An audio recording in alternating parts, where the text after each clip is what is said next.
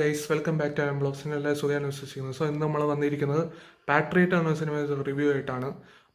മോഹൻലാലും മമ്മൂട്ടി ഒരു 13 വർഷത്തിന് ശേഷം ഒന്നിക്കുന്ന ഒരു സിനിമയാണ് ഈ പാട്രിയറ്റ് എന്ന സിനിമ. ഇനി ഈ സിനിമയെക്കുറിച്ച് പറയുവാണെങ്കിൽ ഇത് ഒരു അബവ് ആവറേജ് ടു നൈസ് സിനിമയാണിത്. ഞങ്ങൾ വലിയ പ്രതീക്ഷ വെച്ചൊന്നും പോകണ്ട.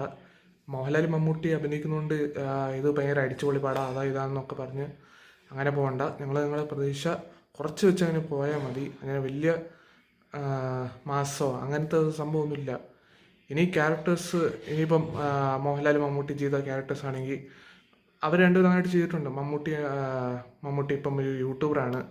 ഇപ്പം മോഹൻലാൽ ചെയ്ത റോള് അത് വേറെ ആരും ചെയ്യുന്ന എനിക്ക് തോന്നുന്നില്ല.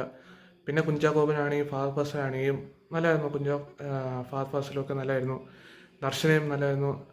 രേവതിയും അവരൊക്കെ നല്ലതായിരുന്നു. പിന്നെ നയൻതാര ഒരു കാര്യമില്ല, വെറുതെയാണ്. എന്തിനോ വേണ്ടി തിളയ്ക്കുന്ന സാമ്പാറാണ് നയൻതാരയുടെ ക്യാരക്ടർ. തന്നെ ഇതിൻ്റെ മ്യൂസിക്കും പറഞ്ഞ പോലെ ഇപ്പം ഭയങ്കര ലൗഡ്, ഭയങ്കര ഹൈ, ഈ സോക്കോൾഡ് മാസ് സിനിമകൾ കാണുന്ന ഹൈ അങ്ങനത്തെ മ്യൂസിക് നല്ല ഒരു ക്ലാസിക്കൽ രീതിയാണ് സുഷിൻഷാൻ പോയിരിക്കുന്നത്. പിന്നെ അതായത് എഡിറ്റിങ്ങും മേക്കിങ്ങും അതൊക്കെ നല്ലതായിരുന്നു. ഇതൊരു മഹേഷ് നാരായണൻ സിനിമ തന്നെയാണ്. ഒരു മഹേഷ് നാരായണൻ സിനിമയിൽ എന്താണോ പ്രതീക്ഷിക്കുന്നത് അതാണ്. ആ ഒരു പ്രതീക്ഷ ഞാൻ പോയി കണ്ടുകൊണ്ടാണ് എനിക്ക് ഈ സിനിമ ഇഷ്ടപ്പെട്ടത്.